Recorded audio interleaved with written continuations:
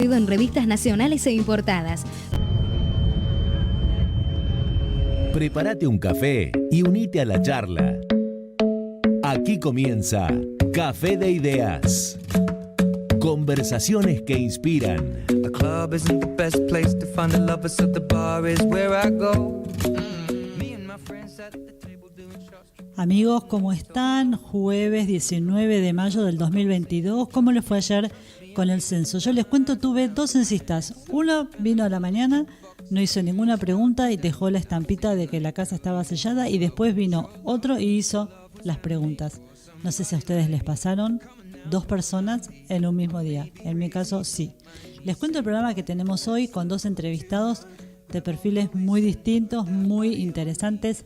Ahora, en un segundito, vamos a hablar con Julio Marola. Él es licenciado en psicología, magíster en comunicación, y vamos a hablar de un tema recurrente en estos últimos tiempos, que es la felicidad en el trabajo. ¿Cómo vincular estos dos conceptos? ¿Cuáles son las nuevas tendencias? ¿Es posible? ¿Es necesario ser feliz en el trabajo?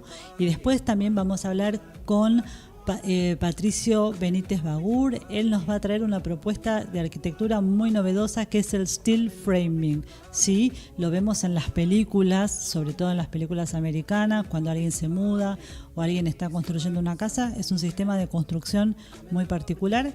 Patricio nos va a contar de qué se trata y cómo llegó a ese proyecto tan interesante. Un segundito de música y empezamos a conversar con Julio Marola.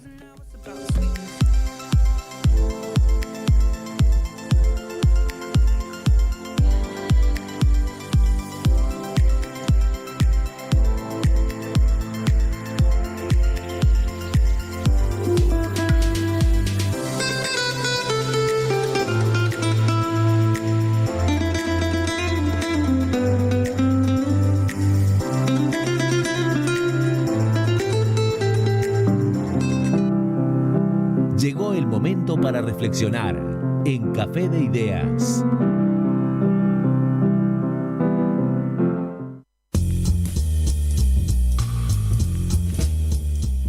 Estamos aquí con Julio Marola. Julio, buenas tardes, buen día. ¿Qué horario es allá en Barcelona? Bueno, acá son las 8:05 de la tardecita a la noche, aunque está muy claro todavía acá en Sant Cugat, sí, es plena tarde. Qué bueno, plena tarde, muy lindo, muy lindo. Muchísimas gracias por participar de Café de Ideas, estando de viaje. La propuesta de invitación surgió a partir de un artículo que hablaba sobre la felicidad en el trabajo. ¿Cómo vinculamos esos conceptos? Bueno, Laura, primero es un placer estar en este medio y bueno, agradecido con vos y con la gente que nos está viendo o escuchando. Antes digamos, referirnos a la felicidad en el trabajo, yo creo que es importante entender que la felicidad en el trabajo es una cuestión abstracta, desprendida de la felicidad en la vida. Es decir, el trabajo, si lo vemos como una cosa, alguna gente hablará de trabajo y vida. Bueno, si hablamos de trabajo y vida, es un imposible ser feliz en el trabajo. Es decir, el trabajo es una parte sustancial de la vida, porque es una parte sustancial, la laboriosidad, la fecundidad. De hecho, digamos, felicidad viene de lo fecundo, de Félix, digamos, ¿no? En el latín. Entonces, el trabajo está indisolublemente ligado a la evolución del género humano, porque qué es lo que nosotros creamos, qué es lo que nosotros hacemos, qué es lo que nosotros producimos integralmente. Bueno, eso es una parte importante de la vida, porque es una parte importante de cómo llegamos a ser el Homo sapiens sapiens. Claro. Pensemos en 1.000.000 de años de evolución. Sí, hasta hace poquito...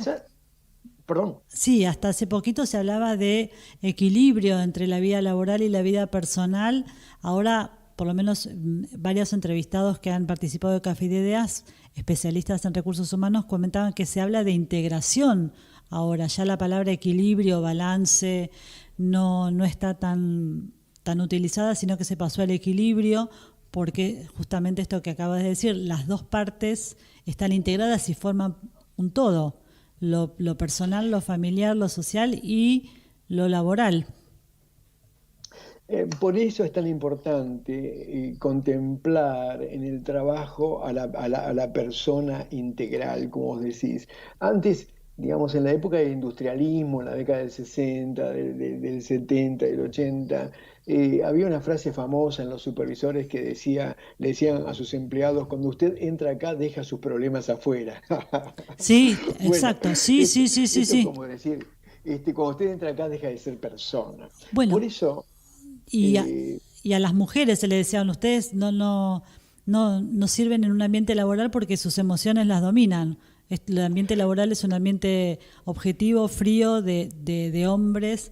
Las mujeres se dominan por las emociones. Era uno de los motivos para discriminar, no sé si tan antiguamente, pero en algún momento era, no, arman lío, terminan siempre llorando, terminan haciendo cosas muy personales y acá estamos para trabajar y para ser fríos. bueno, es interesante porque el paradigma era no mostrarse vulnerable, ¿no?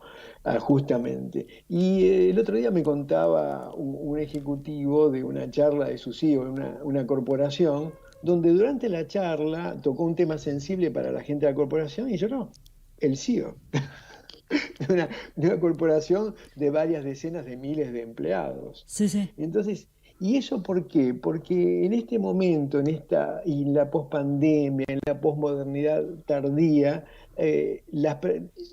aceptar la autenticidad es importante. Si no somos auténticos, no podemos ser felices ni hacer felices a los demás, ni en el ámbito personal, ni en el ámbito familiar, y ni en el ámbito laboral. Y fíjate vos que en el griego felicidad era eudaimonia, que viene de una parte que es el bien, es decir, la felicidad está relacionada con el bien. Y no podemos tomar felicidad como un estado permanente, sino como la felicidad humana es una felicidad, si fuera un estado permanente, ya Kant dijo que es imposible, Hegel que es Y sí. inalcanzable.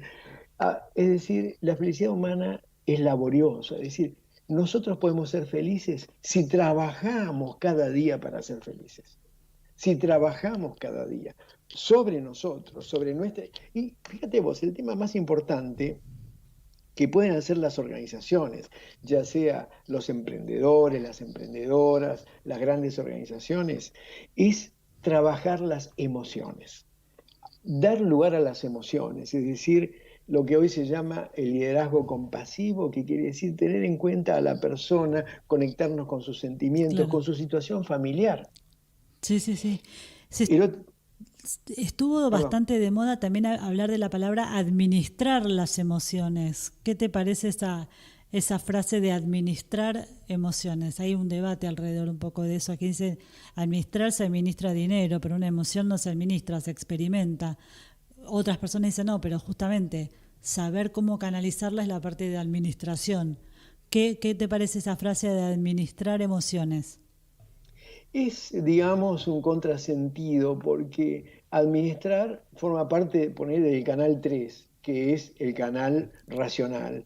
Y las emociones forman parte del canal 4, que es el canal emocional. Claro, Porque son dos lenguajes distintos. Es decir, mezclamos, digamos, dos cosas de naturaleza se distintas. Las emociones es importante que acercarse, sentirlas, y es importante expresarlas, pero ¿en qué entorno? Fíjate, te voy a comentar algo que a lo mejor no se tiene muy en cuenta, porque está claro que es muy negativo para las emociones el maltrato, la violencia laboral, digamos, lo que genera estrés, digamos, como la mala asignación de recursos. Bueno, esto está muy claro. Ahora, digamos, hay un aspecto esencial que no se tiene muy en cuenta, que es la civilidad. Es decir, un tema importante es que cada persona pueda ser tratada como tal. Y en este sentido, es decir, como decía Aristóteles, lo pequeño es fundamental, lo pequeño hace al todo. Y fíjate, por ejemplo, ahí ahora se habla de entrenamiento en civilidad, por ejemplo, pedir las cosas por favor. Claro. claro. La vez pasada yo estaba con un una charla con un ejecutivo y digo, bueno, es importante esto, ¿no? La civilidad, pedir, pedir. Dice, ¿y por qué le voy a pedir por favor si es el trabajo que tienen que hacer? Para eso le pagan. Bueno, esto es una manera, un ticket para la infelicidad. Es un ticket. ¿Qué es infelicidad? Es el resentimiento, es la exclusión, es sentirse que uno no forma parte de. Entonces, la primera cuestión, y ojo, que en las emociones también, porque las emociones, y unos aspectos que remarcaba Aristóteles, que es el de la justicia, por ejemplo, la remuneración justa hace a las emociones, aunque se administren. Y sí. Pero hacen a las emociones, porque la remuneración justa es el sentido de justicia que cada persona tiene, sin el cual es una base. Si no hay justicia, es muy difícil pedirme que yo me sienta feliz. Entonces, los espacios. El otro día estaba visitando una corporación que cerró un edificio que está en Puerto Madero, lo cerró, está totalmente cerrado, y ha armado distintos, que se llaman centros de experiencia, ahora que vas a hablar de la arquitectura. Son centros amplios, hay hasta hamacas, es decir, no hay, las personas reservan una oficina, ya sea, lo había hecho un director y al lado un analista, reservar un espacio para trabajar y la persona, los equipos definen cuándo se juntan y el resto están mobile, están, digamos, a distancia. Entonces, hay un concepto donde, digamos, y la cuestión esencial es la libertad.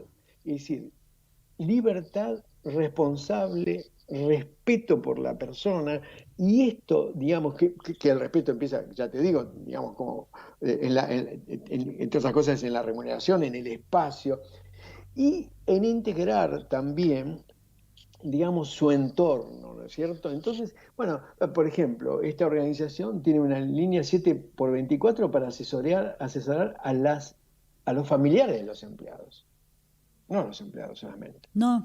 Entonces, con esto nosotros vemos que, digamos, ahí se va generando una cuestión donde sin emociones positivas no hay posibilidad, porque las emociones son el combustible que pueden llevar a la acción, a la felicidad. Ahora, ¿es todo?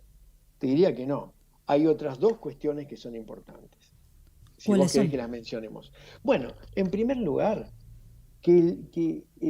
dar lugar a las vocaciones. Y cuando digo dar lugar a las vocaciones, y uno parece la vocación, que voy a hacer esto, lo otro, unas cosas grandes, no.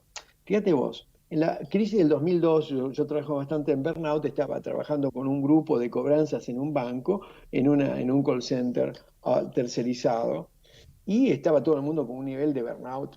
La crisis, se llama crisis de 2001, fue diciembre del 2001, sí. La crisis real fue el 2002. Terrible. Y estaban todos con un nivel de los 3 síntomas de burnout, tenían 2 altos y a lo sumo 1 moderado, o 3 altos del 86% de la población. Y hablo con una chiquita, vamos a llamarla Gracielita, le digo, yo vos te noto muy bien, y no estaba bien en la observación clínica, ¿no? Es decir, trabajando con ella. Y me dice, sí, Julio, me dice, sí, mirá lo que me dio el test, ¿no? Hemos tomado el test de medición de burnout. Y digo, te dio muy bien. Digo, y contame cómo hace, porque ahí uno aprende, ¿no? El consultor aprende de esa experiencia de las personas. Claro. Y me dice, ¿sabes qué pasa? Yo juego, dice, a que, era un call center de cobranza por teléfono, ¿no? Me dice, yo juego a que le meto la mano en el bolsillo a los clientes y le saco la plata. Entonces, le digo, ella había logrado transformar una situación dramática en una situación lúdica. ¿Por qué? Porque tenía vocación. Ahora, vos fijate, años después, trabajando con otro call center de cobranza, también una empresa de telefonía, móvil, le digo al gerente, mira, con esta experiencia que es importante encontrar gente con vocación por la cobranza. Y hay gente que venía del área comercial, que le habían mandado medio castigado, y me dice, ¿y quién puede tener vocación por cobrar? Bueno, es la mejor manera de hundir a las personas, de imposibilitarles disfrutar de lo que hacen. Sí. Aún en eso tan pequeño, que es un operador de call center de cobranza, no es, digamos, el manager que está llevando adelante un proyecto con Elon Musk para poblar Marte, qué sé yo. No. Y por eso es la importancia de lo pequeño. Esta chica era muy sabia, pero ¿qué pasa? Hay muchas personas así que tienen ese driver y que las organizaciones muchas veces traban porque no hay una comprensión de ese sentido profundo que puede tener alguien de vocación. Ahí hay un montón de tela para cortar. Me acuerdo una metáfora que aprendíamos en coaching, que era una persona que estaba construyendo una pared y le preguntan, ¿y usted qué está haciendo? Y estoy uniendo piedras con cemento. A otra persona que también estaba construyendo le dicen, ¿y usted qué está haciendo? Estoy armando una pared. A otra que también estaba armando una pared le preguntan, ¿y usted qué está haciendo? Yo estoy construyendo una escuela. La diferencia, Claro, estaban todos haciendo lo mismo, pero el que se sentía parte de la construcción de una escuela o de un hospital, o estoy construyendo una casa, o estoy construyendo un lugar de trabajo, hace su trabajo de una manera completamente distinta del que solo dice estoy uniendo ladrillos con una mezcla de cemento. Eso absoluta. no tiene nada, ¿no? Bueno, Eh, absolutamente. Y acá, discúlpame, tengo que interrumpirte porque vos traes el tercer elemento. El tercer elemento. Porque dijimos emociones, después dijimos esto de la vocación, que es el flujo, que tiene otras cosas que sí, después sí, sí. podemos complementar. Pero el tercer que vos traes es el sentido del trabajo. El sentido, es decir, la visión convocante. La visión convocante es esto que vos decís, es decir, ¿qué estamos haciendo? Bueno, y en la misma tarea es iluminada de distintas maneras. Y como vos muy bien decís, la gente se siente en un proyecto que la convoca, que la lleva, que la apasiona, y Definitivamente. sobre todo el sentido es hacer algo por el otro. Entonces, cuando Claro, yo hago una escuela, estoy haciendo algo para que alguien estudie, para que se formen los chicos, para que las futuras generaciones tengan una mejor vida, más conocimiento, y el conocimiento esté relacionado con el bien y que tengan empleabilidad. Es decir, esta visión convocante es una función muy muy, importante sí. del empresario con sus equipos. Es decir, alguien, el otro día estaba este, una, digamos, persona que trabaja, digamos, en su emprendimiento, incorporando una persona, es decir, tiene dos personas en el equipo, pero la estaba llevando a lo que querían hacer, a por qué lo querían hacer, por qué ese proyecto iba a mejorar la vida de las personas a las cuales se Claro, mucho dedicaban. Es decir, mejor. ¿a qué convoco? ¿Convoco a, che, 3 horas por día tuyas cuánto me cuestan?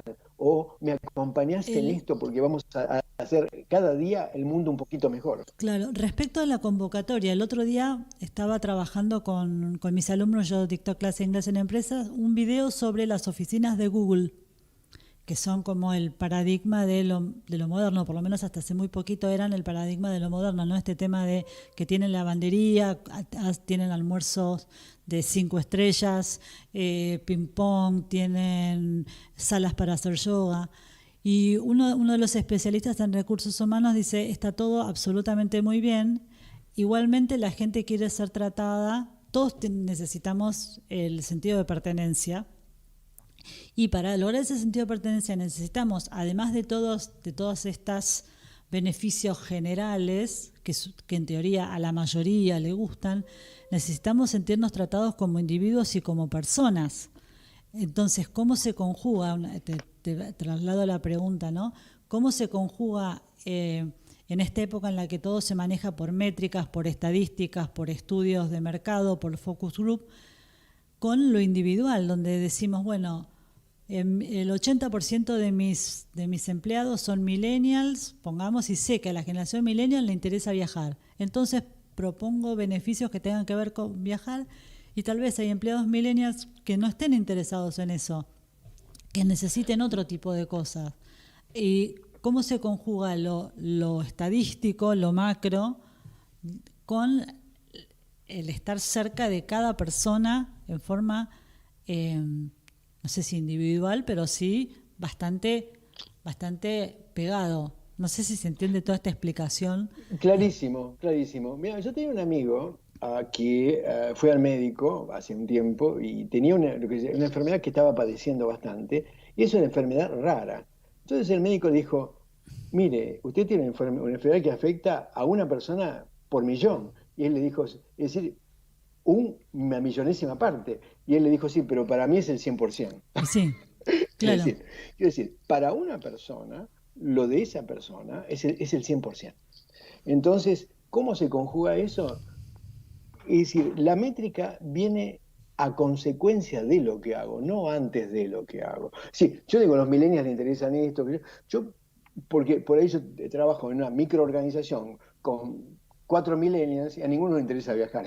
Es decir, quiero decir, por tomar tu metáfora, es decir, la comprensión de las generaciones, lo que a mí me da, es cierta actitud general, pero yo no puedo tomar los rasgos específicos y ponérselos a la población, porque hay tremendas variaciones individuales, por subculturas, por formaciones, por personalidad, es decir, si no es como que estoy imponiendo. Entonces, las métricas vienen a posteriori de la comprensión de mi población, de qué hago en cada momento por mi población, de cómo en la estructura organizacional cada líder de proyecto, cada líder de equipo, trabaja con su grupo de personas y a esas personas las escucha y las entiende, a cada una de esas personas, Claro, no en general. no es general. Entonces,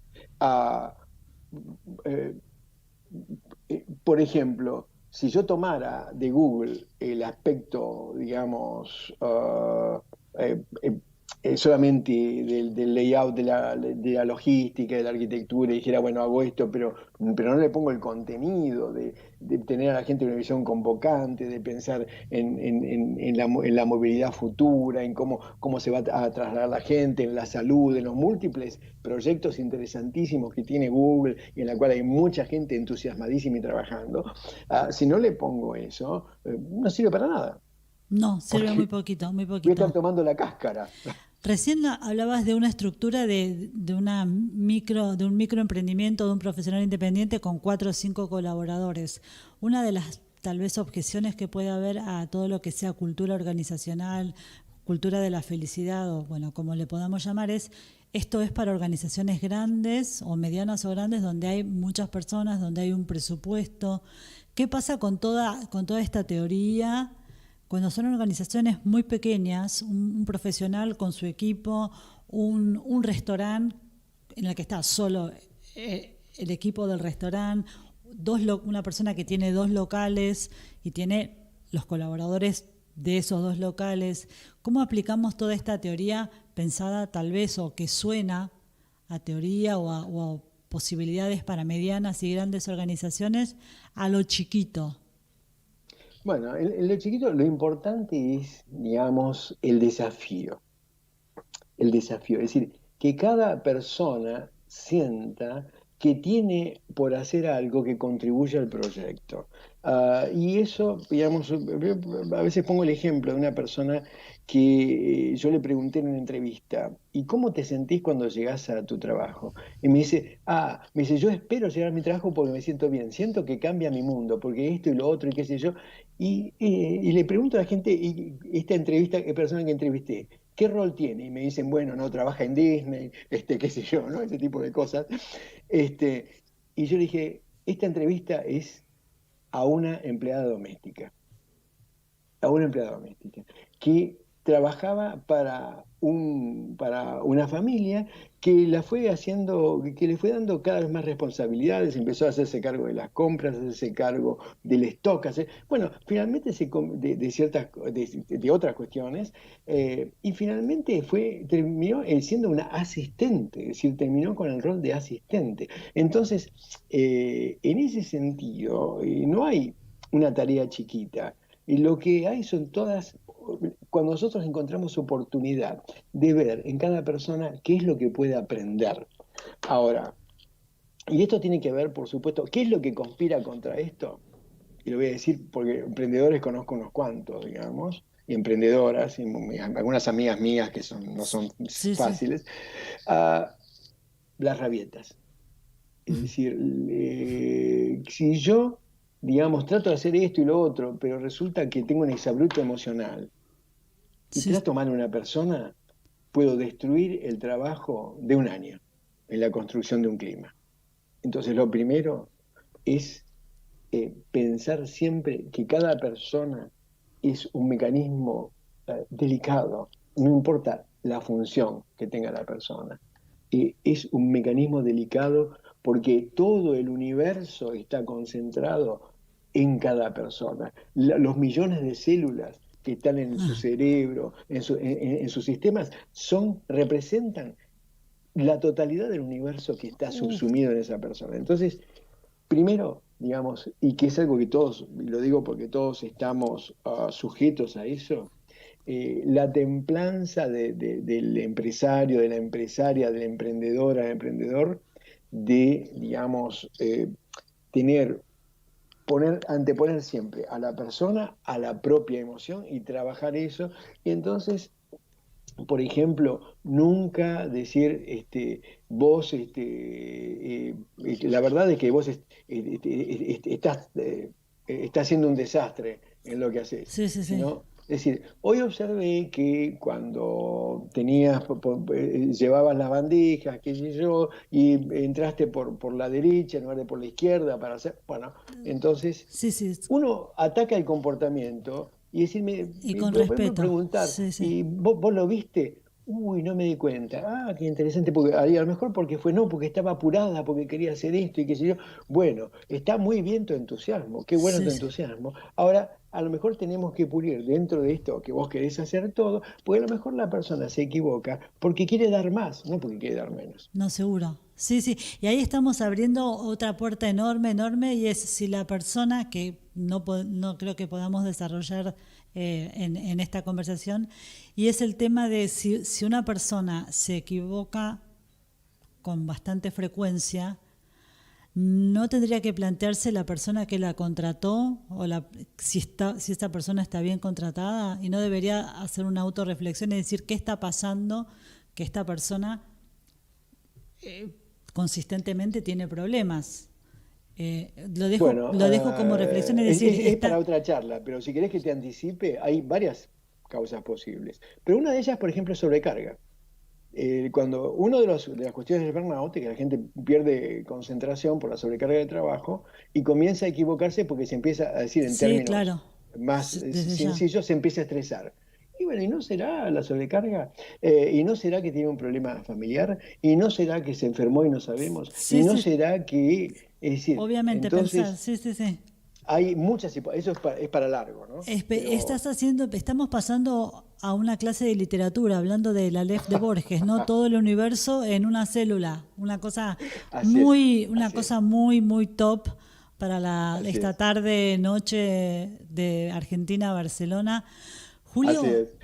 Ya estamos terminando nuestra conversación. Te despido. Muchísimas gracias por el esfuerzo de estar desde el exterior. No, como siempre a mis invitados te propongo, si querés dejar alguna frase, idea, cifra interesante que quieras compartir que no hayamos tratado, y una red de contacto donde quienes quieran interesarse más sobre esta temática puedan hacerlo.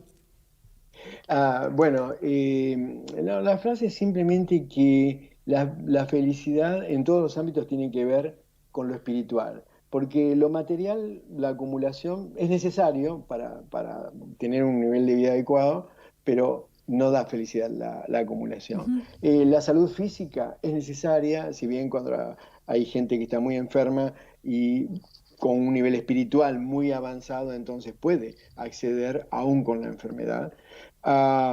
Y finalmente los bienes espirituales, ¿no es cierto? Es decir, la justicia, la moderación, el equilibrio. Bueno, estos bienes espirituales no tienen límite en su capacidad contributiva.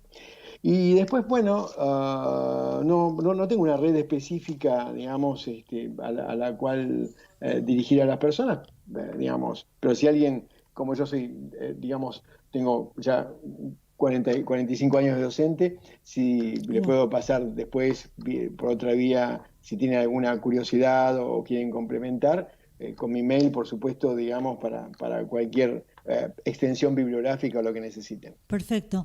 Muchísimas gracias, Julio, que sigan disfrutando de la primavera-verano catalana. Muchísimas gracias por haberme invitado, ha sido un placer conversar y un cariño muy grande para todas las personas que están detrás de la audiencia. Un abrazo, muchas gracias. Muchas gracias. En un segundito pasamos a la arquitectura con Patricio Benítez Bagur. Ya nos vemos.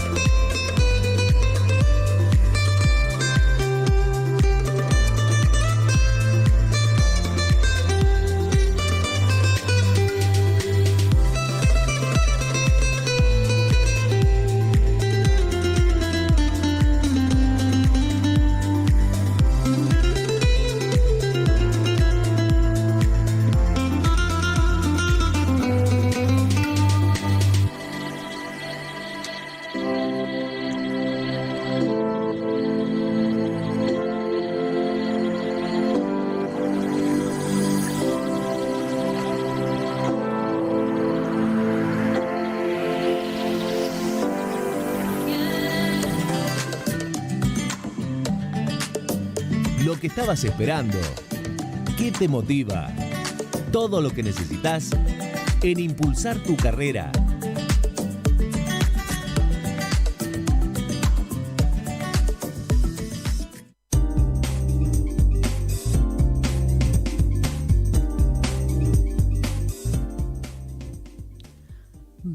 Venimos de este brevísimo intervalo de música. Estamos al habla con Patricio Benítez Bagur.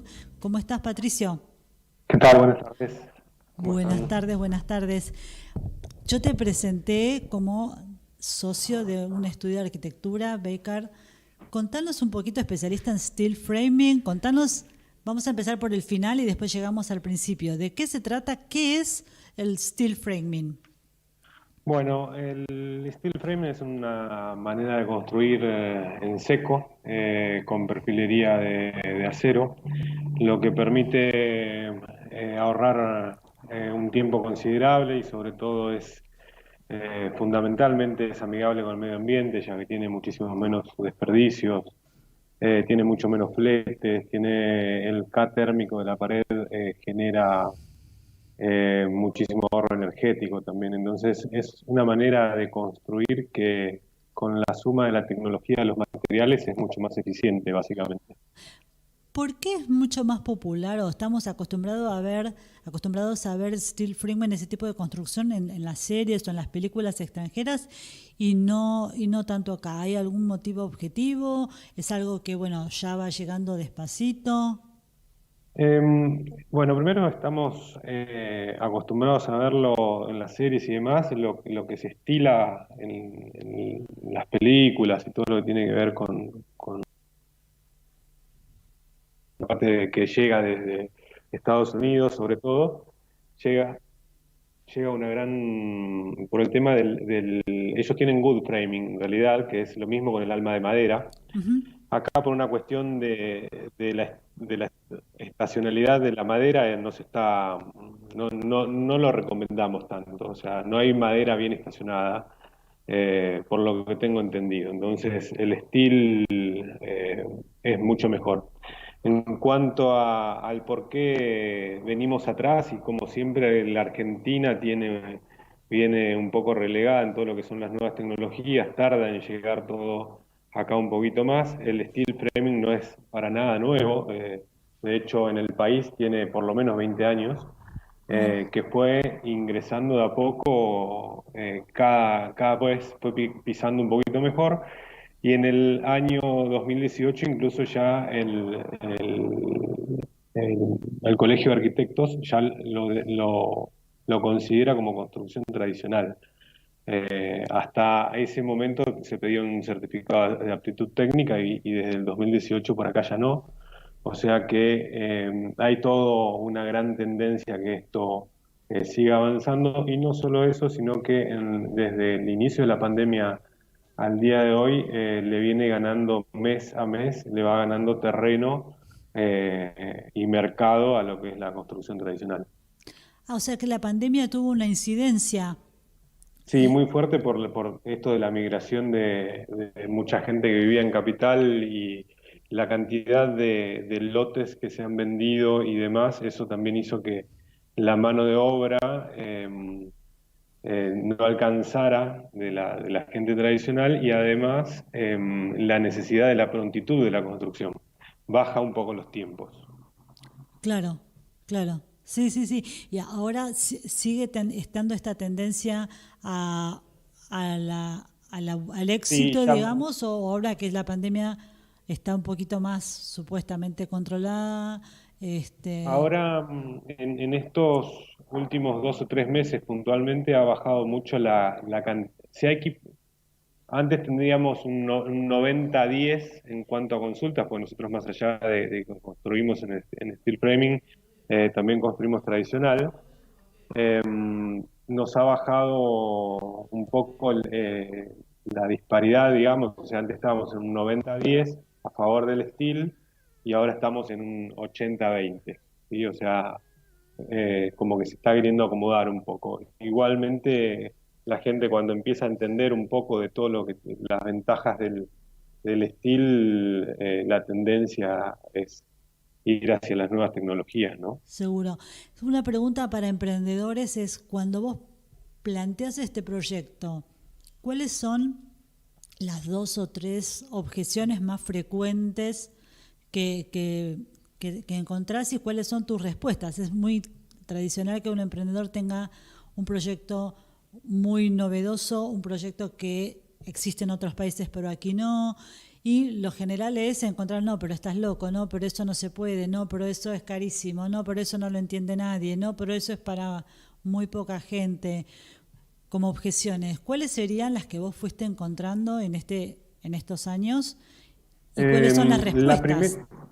¿Cómo? ¿Y cuáles son las respuestas de tu parte a esas objeciones? Bien, la primera objeción es en cuanto a la durabilidad. La gente por ahí entra un poco en crisis porque no lo conoce. Y básicamente nosotros, si bien en nuestros locales también mostramos los muros, pero también les explicamos, bueno, primero que los galpones, los más grandes y todo, se construye con todo lo que es perfilería.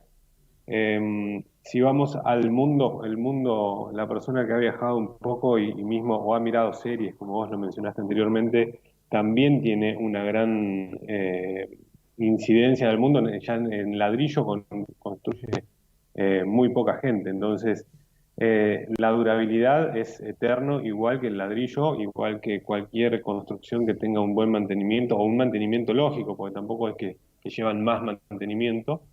Un mantenimiento lógico, la durabilidad también supera los 100 años, entonces no hay objeciones en ese sentido. Y la otra objeción que por ahí puede llegar a surgir es en cuanto a la reventa de la casa y en cuanto a la necesidad, si en algún momento deciden vender por una emergencia o lo que sea, si la casa pierde valor, y la realidad es que no. Y de hecho, las casas van a tener una tendencia a ser catalogadas según la eficiencia energética. Entonces, Ah, estas casas son más eficientes, por lo tanto, hoy todavía, o sea, antes de la pandemia se venía implementando mucho, después la pandemia frenó todo esto, pero había toda una gran tendencia y una gran corriente, más allá de la ubicación de la casa, de la propiedad y de las cuestiones de terminación y demás, iban a estar calificadas según la eficiencia energética, igual que las heladeras o cualquier electrodoméstico.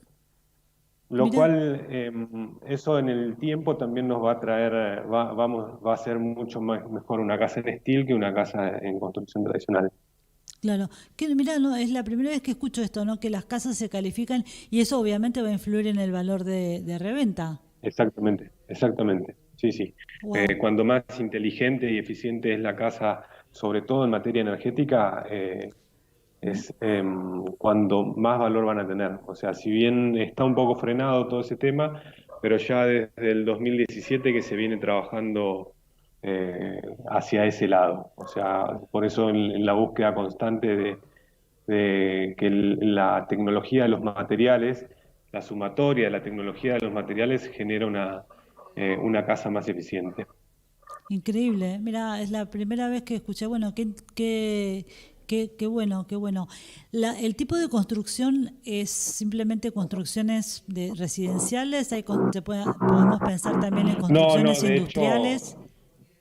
de hecho, nosotros hemos hecho oficinas, hemos hecho alguna obra en hospitales, ampliaciones.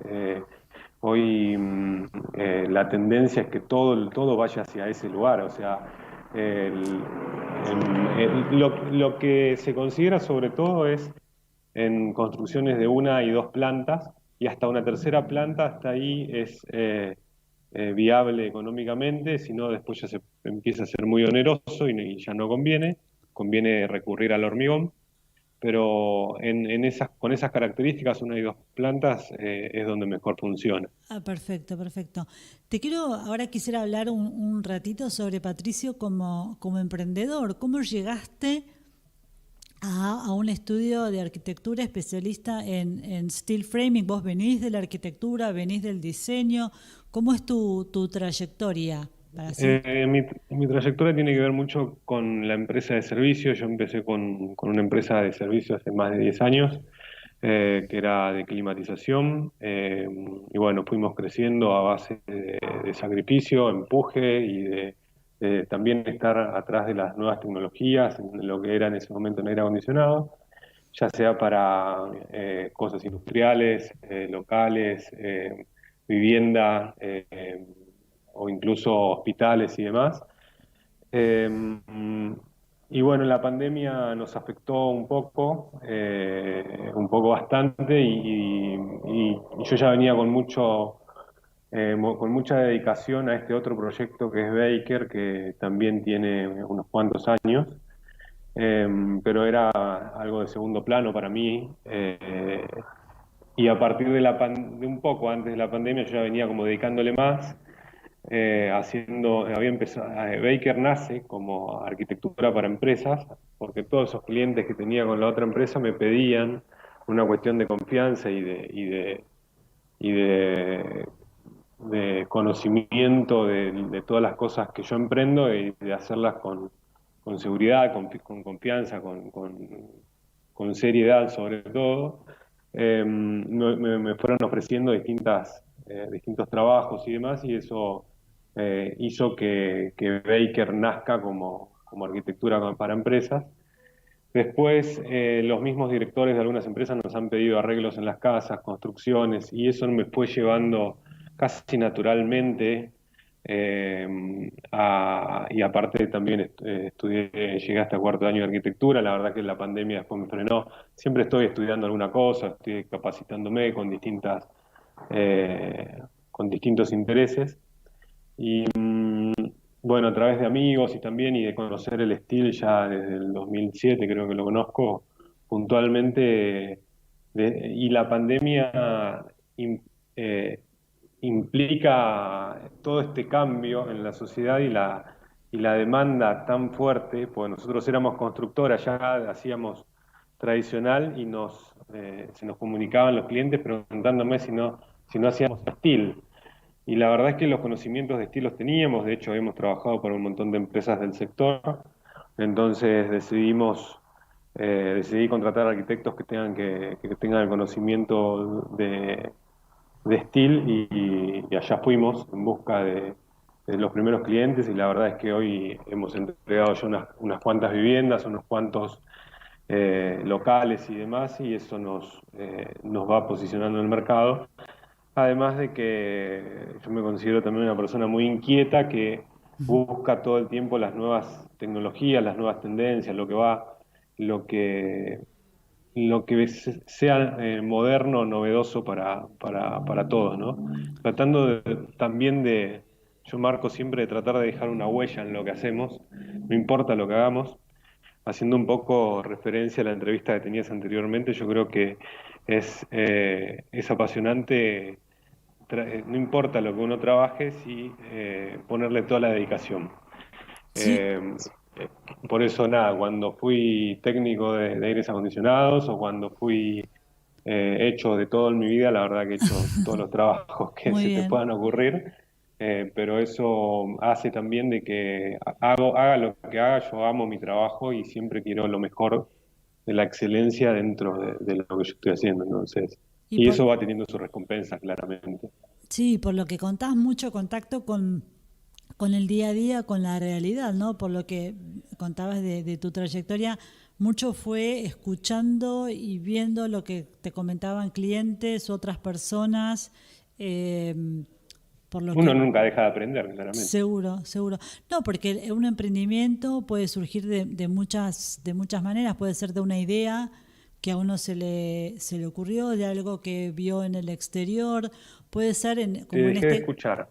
como en este caso de el entorno va mostrando Hola, hola, una posibilidad. Hola, ¿sí? hola. Hola, sí, sí, te escucho. ¿Me escuchás? Patricio, Patricio, Patricio, Patricio, Patricio. Hola, Ah, hola, hola, ¿me escuchás? hola. Hola, hola. Patricio, ¿me escuchás? Patricio, ¿estás por ahí?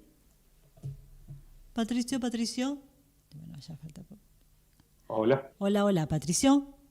¿Vos me escuchás?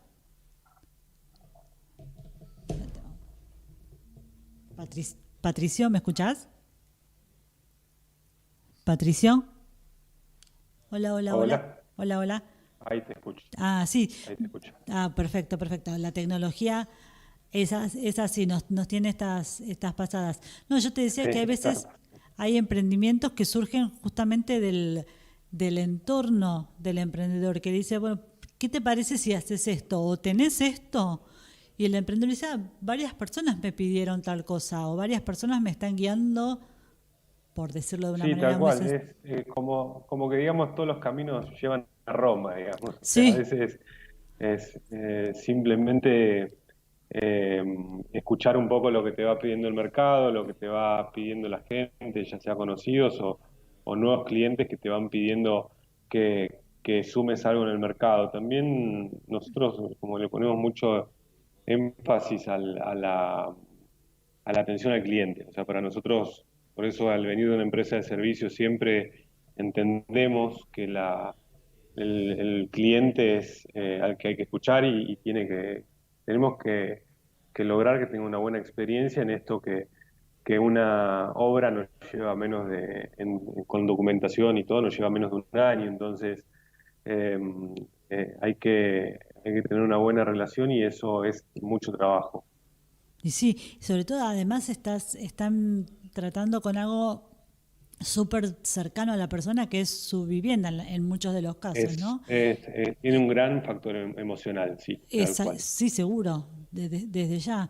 Es la parte más íntima de cada uno de nosotros, ¿no? El lugar donde vivimos. Y cambiar el lugar donde vivimos también puede implicar cambiar ciertos hábitos, cambiar ciertos estilos, cambiar muchas cosas. Y entonces ustedes están trabajando con algo de la persona, no, ni siquiera casi cercano, sino directamente casi la persona. No, tal cual. Y de hecho nosotros ponemos mucho énfasis en eso al punto de que escuchamos tanto al cliente que, o sea, la empresa podría ser solamente constructora, pero tenemos nuestro propio estudio de arquitectos. En la empresa hay más de 20 arquitectos. Entonces eso genera de que cada proyecto es totalmente a medida, algo que se escucha al cliente, nos sentamos, se sientan los arquitectos y tienen un montón de reuniones haciendo todo lo que es anteproyecto y Y proyecto, sí, no es que vendemos enlatados, un digamos, o enlatado. cosas que no No, tienen, más vale. sino que es todo muy a medida, muy customizado, como se dice. Claro, desde ya. Patricio, ya vamos llegando al cierre de Café de Ideas. Está a punto de empezar el siguiente programa. Te despido con las mismas propuestas que a Julio. Primero, te agradezco muchísimo esta participación. Realmente es un mundo muy novedoso. No sabía que las casas también podían tener una evaluación según su consumo energético.